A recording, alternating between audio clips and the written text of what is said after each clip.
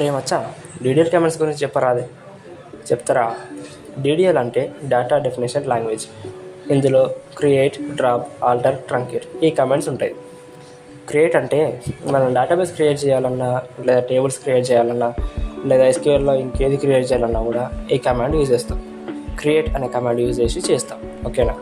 Next drop అనేది మనం SQL డేటాబేస్లో నుండి ఏదైనా డేటాబేస్ని లేదా టేబుల్ని కంప్లీట్గా డిలీట్ చేయడానికి ఈ కమాండ్ని యూజ్ చేస్తాం. లైక్ టేబుల్ స్ట్రక్చర్ మొత్తం కూడా డిలీట్ అయిపోతుంది ఈ కమాండ్తో.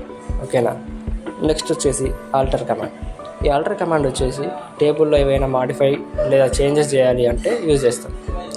ఆల్రెడీ ఉన్న టేబుల్ స్ట్రక్చర్ని చేంజ్ చేయడానికి ఈ కమాండ్ని యూజ్ చేస్తాం.